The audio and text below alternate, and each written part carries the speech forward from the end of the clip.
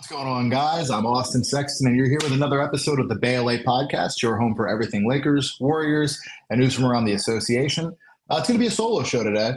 First time that we were trying to do something like this. Casey, Roman, and Brock are all a little busy today. So if you're a Warriors fan, unfortunately, this is going to be more of a Lakers-centric show. I'm going to be previewing the Lakers-Kings game. It's tonight, 7:30 Western time. It's going to be Carmageddon down there. I'm actually getting ready to go to the game. That's why I wanted to put something up first. So I want to try and leave a little bit earlier to avoid all the crazy traffic. World Series going on. You got to check out the game last night. Freddie Freeman with the walk-off hitter at the very end of the game. Absolutely nuts. I was on Hulu back and forth watching the Lakers game and the Dodgers game. So I'll always remember where I was at when I saw that. And also wanted to talk about what I'm kind of taking away from the team as of this point. Compared to last year. So before we get into it, make sure to subscribe, give us a 5-star rating, wherever you listen to your podcast, whether it be Spotify, here on YouTube, Apple Podcasts. Make sure to subscribe and give us a good rating. So let's get right into it. The Los Angeles Lakers right now do not feel like the same team from last year. Yeah, we got JJ Redick. Yeah, we don't have Darvin Ham anymore. It's mostly the same players. We added Dalton Connect, but roughly the same group. But what I'm noticing and what I really, really love is there's a different energy there. I genuinely believe that all the players have bought into JJ Redick's system. You could tell that there is a new confidence, a new swagger. There's a belief that they're the team that they were when they went to the Western Conference Finals and that they can contend with anybody. I mean, the first two games, right? Out of all the analysts from ESPN, from all the different blogs, podcasts, nobody had the Lakers probably starting off these first two games with wins. I mean, if you're being optimistic, sure, maybe you had them 1-1 at this point, but a lot of people had the Minnesota Timberwolves being a favorite to possibly go to the finals with the addition of Julius Randle and Donte DiVincenzo, right? And according to a lot of news sources, a lot of outlets that I watch that I receive my sports information from, everybody thinks that Phoenix is another top 3, top 2 contender to go to the finals. And what does Los Angeles do? We come in there and we show them what we're all about.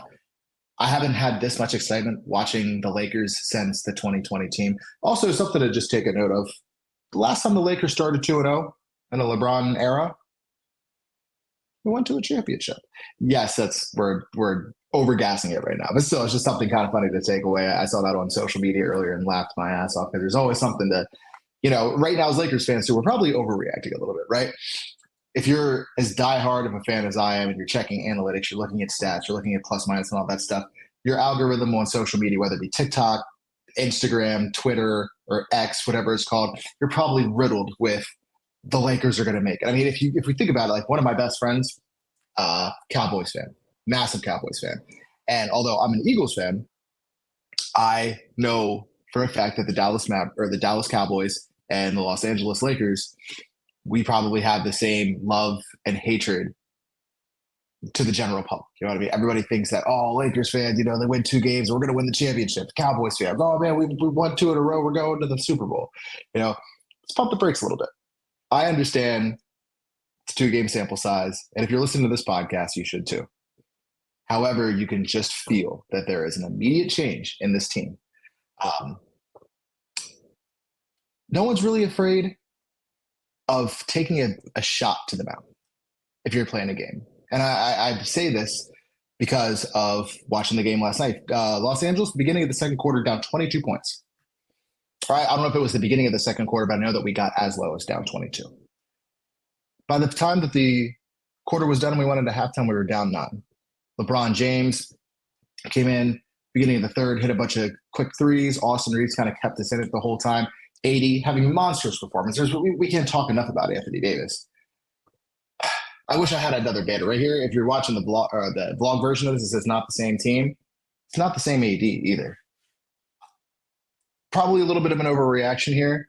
I think we need to take away him getting Defensive Player of the Year. Because if he keeps playing like this, there's a damn good chance that he could be most valuable player. MVP. And yes, I know I got to keep saying it to myself. 2-game sample size. But I haven't felt this good in quite a while, guys. So another thing that I wanted to talk about before we got into the breakdown of the Kings and the Lakers game tonight is D'Angelo Russell. And I know that everybody that watched that game last night kind of felt the same way that I did. So I've got this title, DLO, just hold on. And I say this because I think as Lakers fans, we've seen him for it'll be 2.5 seasons now, right? Technically. I guess technically, if you do the math, it's about 2 seasons. I argue with people all the time. I've argued with Brock on this show. I've debated with Casey. I've debated with Roman. I think that D'Angelo Russell is a good fit for this team. I genuinely do. But when he has nights like last night, when he just can't get it going, I immediately, because of, the trauma that I've had watching D'Lo play, I think he's reverting to D'Lo Denver first time around, and it's just all bad. And I get nervous. I sit there every time he was in the game. I was like, come on. And it was bad when he passed the ball to Jackson Hayes at the end of the third, and Jackson just gave it back to him. It's like you have a wide open three. And if you watch the game, you know what I'm talking about. D'Lo on the right corner, Jackson Hayes. D'Lo on the right wing, Jackson Hayes in the right corner. D'Lo dishes it off after he receives the ball from a cross-court pass. Jack says, give it back. Jax gives it back to D'Lo. D'Lo jacks it up, shoots the three over KD. He makes the shot. But everyone's like, why would you do that? So analytically right now, D'Angelo Russell is 2-game sample size. We got to keep saying that. We got to keep reiterating it. 2-game sample size. This is overreaction right now. But D'Angelo Russell is 7 points per game, 20% from the three-point line, shooting a 20% field goal. It's not great. It's really not good. However, we've watched D'Lo for 2 seasons, and we could say for a while last year, D'Lo was one of the better Lakers. And you could say that a big reason why we went to the Western Conference Finals the first time around 2 seasons ago was because of D'Lo. When you get a guard that can shoot like this, when he gets on a heater and he can give you 10, 12 points in probably a 4 or 5 minute span, you love that. And I can tell, truthfully, I can tell watching the game, I know he wasn't doing it offensively, but you could tell he was thinking about trying to play defense as much as he could. The only problem is he's going up against Kevin Durant. And the Phoenix Suns were making it clear as day that they were switch hunting him. Every time if he got switched on to Devin Booker or Kevin Durant, they were just going right to the hole. And you can see it. He's admitted it. He's not that great of a defender. He has physical limitations that cause him from being the defender that people want him to be. But I can tell, and I believe, I can feel it, I see it, that he's actually trying to do the best that he can. And that says something to me. Obviously people are just going to be, well, he's trying as hard as he can and he still can't do it. Well, you're also asking him right now when he gets switch hunted to guard probably 2 of the top 25 players in the NBA, and D'Lo is a bottom third defender. So what are you going to do? Right? What are you going to do? But he's making the effort, and I think that he is going to come back to his average. I genuinely believe that. I don't know if it's going to be tonight. He hasn't had 2 good games for the beginning of the season. But I wouldn't be surprised if D'Angelo Russell went off for 12, 15 points tonight. Maybe 2 of 4, maybe 50% from 3. Maybe he gets another good look at it. So I say to anybody that's watching this podcast, anybody that really, really cares enough to sit here and dissect the information that we here on BLA give you, give him a couple tries. Let him out there. Let's overreact after 25, or let's react after 25 games, right? Let's let D'Lo get back to what we know that he can do. All right. Also, before we preview the Kings-Lakers game, I wanted to shout out Dalton Connect. Absolute hooper. Dalton Connect's come in for both games. Obviously played the first game when Brodie James was playing with LeBron, and he came in yesterday. I believe it was beginning of the second. Dalton Connect right now is a serviceable guard who is not afraid of the big moment and is not afraid of that shot. And honestly, he is not as bad of a defender as people try to make him out to be. Yes, I know he's a rookie. Yes, I know he's a 24-year-old rookie, fresh out of college in Tennessee. But with his size, he doesn't have bad lateral movement. I watched him pick up KD a couple of times. I watched him guard Bradley Beal a few times and contest the shots. Yeah, there was off the top of my head, there's a 3 that Bradley Beal shot right in Dalton Connect's face. but the contest was there. You couldn't. It was great defense, better offense. What are you going to do about it? But DK is a serviceable guard, especially right now, too. I'm going to say it for the 10th time because we need to keep reiterating it. 2-game sample size. But Max Christie hasn't been playing that well. And Dalton Connect in his, I guess, Dalton Connect has been coming in for Max and making a difference. And sometimes they've shared the floor together, too. I think Max might just be a little bit nervous, but still, dang. I just can't believe how good Dalton's playing. And I just wanted to take a second to bring that up. I'm interested in seeing if he gets any playing time tonight because the Sacramento Kings are a very fast team. And I think that they're going to cause some trouble for the Lakers. But because, once again, the beginning segment that we talked about today was the Lakers aren't the same team, I think that the Lakers can get this done tonight. So without further ado, let's preview the game. Kings-Lakers. I went to the last Kings-Lakers game last year. Got some pretty hefty tickets because I was sure that AD was going to come after Sabonis, and it just did not happen. We did not beat the Sacramento Kings one time last year. Not once. But I got a feeling this time around, AD's coming for blood, and I think that there is going to be a regression to the mean. So Vegas is saying at this moment that the Los Angeles Lakers are a 1.5-point favorite in this game. Assuming that the lineups would stay the same for the Kings first game versus the Lakers and Kings first games. I think that the starting lineups are probably going to be the same, right? So based off of those, I've got it. AD obviously going to be guarding Sabonis. I think that Austin Reeves, as we've seen, because there's no Jared Vanderbilt at this particular moment, Austin Reeves as a starter, has the primary guard or best guard defensive assignment.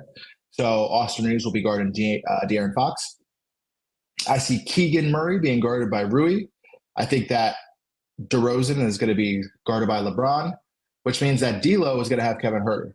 And I think that's probably the best situation right now because Rui's not really that good at chasing around three-point shooting guards. And to be honest with you, Keegan doesn't really move all like that. So I think that they're going to try and hide out D'Lo on Kevin Huerter. I think it'll be a pretty decent thing. However, coming off the bench, they've got the microwave scorer in Malik Monk. Oh, we miss him on the Lakers. So Max Christie, we could assume that Max Christie. We could assume that Dalton Connect. We can assume Gabe Vincent and Jackson Hayes are going to come in. I really think we're going to see a lot of Jackson Hayes tonight. I think that the big lineup is going to be good for us. But they are a fast-moving, running team. They will run you up and down the court. This is one of those times where I think that Jackson Hayes' slender build, even though he is a 7-footer, even though he is 220, 230 soaking wet, because he is smaller, I think he's going to be able to get up and down the floor with the best of them. We're going to need AD to have a big game. I can say that 15 times in a row. We're going to need AD to have a big game. Let me say it again. We're going to need AD to have a big game. I think that it's time, especially the way that he's been playing. First 2 games, I was nervous buying the tickets for tonight. So I'm on Game Time. If you use Game Time, make sure to put in BLA for your 10% off code one day. I get nervous. I get nervous a lot because I think that AD is not going to play in back-to-backs. But after LeBron saying that he wanted to play all 82 and the way that the Lakers have started out, I think they're going to prove a point tonight. And I think it's because a lot of times with injuries barring injury last year, they didn't play a lot of back-to-backs. Sure, AD and LeBron had the best. Actually, I think it was just AD who had the best turnout of games played in his entire career last year and as a Laker. But still, when it came to those back-to-backs, it wasn't until the end of the season where we really started letting that happen. So I think AD and LeBron have a lot to prove tonight. And I think they're going to come out and say, hey, this is the tempo and this is the culture that we're setting for the Los Angeles Lakers, all backed by JJ Redick. And I think some good things are going to happen tonight. So my only real worry tonight is De'Aaron Fox. I think he's liable to go off every time he comes to Laker Town. It seems like he just has one of those games. Same with Sabonis. But I think that 80 is going to neutralize Sabonis tonight for sure. And I think it's going to be a monster game from him. It's just, how do we stop De'Aaron Fox? A lot of people say, yes, there's no stopping a superstar. It's containing him and making him less efficient, right? So we want him to score 25 points on 25 shots. And I think between Max Christie, Gabe Vincent, and Austin Reeves, I think we're going to be able to make that happen. I'm being optimistic. I think it's going to be a close one. I'm really, really excited to get down there and check out the game. And I think we're going to try to take some content down there too. We're kind of starting this new platform from scratch right now. So I want to try a bunch of different things to see what we can make work. But on that note, I think we can expect a great game tonight. I'm taking away that the Lakers are a different team than they were last year. D'Lo will regress to his typical D'Lo self. Just give him a little bit. Dalton Connect is an amazingly serviceable rookie, and I got the Lakers going 3-0 tonight. So with that note, I'm going to hop in the shower, get ready for the game, and make sure you like and subscribe here to the BLA podcast, and we'll see you after the game. Take care.